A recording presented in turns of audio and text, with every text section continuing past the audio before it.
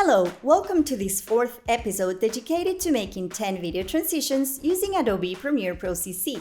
In this tutorial, we will show you how to make the Quick Flash transition in a few simple steps.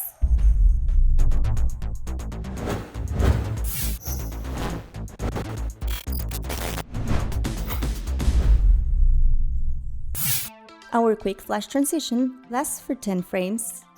It is very fast and creates an image distortion effect.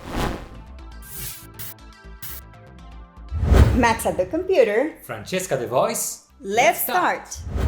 As we saw in the previous video, the first thing to do is add an adjustment layer to the sequence. 10 frames and marker in the center. Position it in the timeline with a marker at the cut point.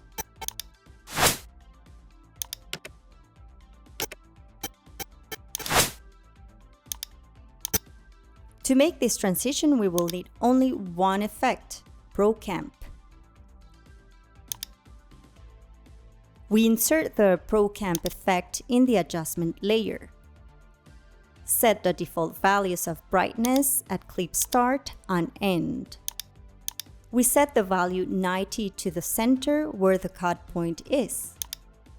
And we're practically done.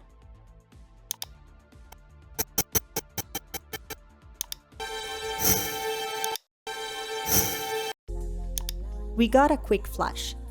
To make it less trivial, we can also modify the hue values. Set 0 at the start of the clip. Now type 1x to set the wheel to 1 full revolution at the end of the clip. Done.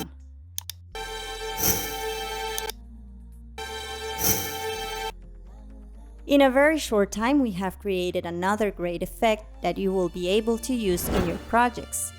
You can customize it by changing the duration of the transition and adding the audio effect of your choice.